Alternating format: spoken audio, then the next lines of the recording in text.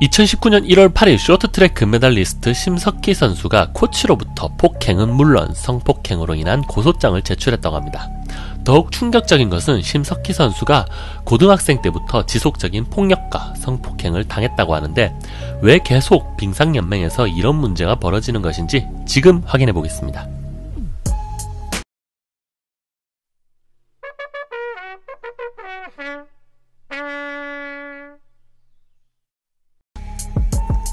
미국의 유명 언론사인 MBC는 심석희 선수를 대한민국의 천재 쇼트트랙 선수라고 표현했습니다. 1997년 강원도 출신의 심석희는 쇼트트랙 스피드스케이팅 금메달리스트입니다.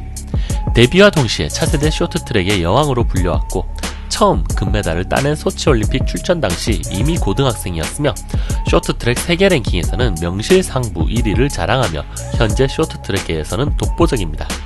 그런 심석희가 지난 평창 동계올림픽 당시 올림픽을 코앞에 두고 대표팀 조재범 코치에게 폭행당해 이탈한 사건이 있었는데요. 당시에도 빙상연맹은 문 대통령이 방문한 시점이다 보니 독감에 걸려 못 나왔다고 거짓말로 일관했고 올림픽 이후 공판에서 심석희가 폭로한 피해 사실은 그야말로 참혹했습니다. 당시 몇 차례 코치로부터 폭행을 당한 사실이 아닌 이미 초등학교 1학년 때부터 지속적으로 폭언과 폭행을 당해왔다는 것입니다. 그리고 이번 추가 고소 내용은 폭행은 물론 심석희가 고등학생 때부터 4년 가까이 상습적으로 성폭행까지 당했다는 것인데요. 대한민국을 대표하는 어린 스포츠 스타에게 어찌 이리 충격적인 일이 있을 수 있을까요? 이렇게 충격적인 사건 뒤에는 일 못하는 수많은 스포츠 단체 중에서도 독보적인 악명을 가진 빙상연맹이 있습니다. 많고 많은 단체 중에서 왜 계속 빙상연맹에 이런 악행이 지속되는 걸까요? 우선 대한민국 체육계가 성장해오면서 그동안 간섭적으로 선후배와 스승에 대한 권위가 극도로 높아졌으며 폭행에 대해 상대적으로 관대하게 지나치다 보니 내부적으로는 계속해서 골망하고 있었던 것이죠.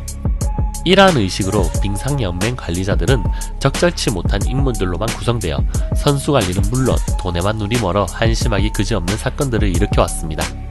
결국 지난해 국회가 칼을 빼들었고 대대적인 빙상연맹에 대한 검찰 조사가 진행되었으며 회장사이던 삼성그룹을 떠나보내고 2018년 9월 20일 대한체육회가 빙상연맹 임원을 모두 해임시켰고 현재는 보디빌딩협회, 승마협회와 함께 관리단체로 지정하였습니다.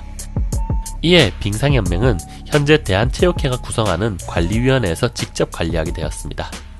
앞으로는 나아질 수 있는 길이 열렸지만 빙상연맹의 문제만이 아니라 대한민국의 스포츠계에 있는 모두의 의식이 깨우치는 계기가 되어 다시는 심석희 선수 같은 피해자가 나타나지 않도록 해야 할 것입니다.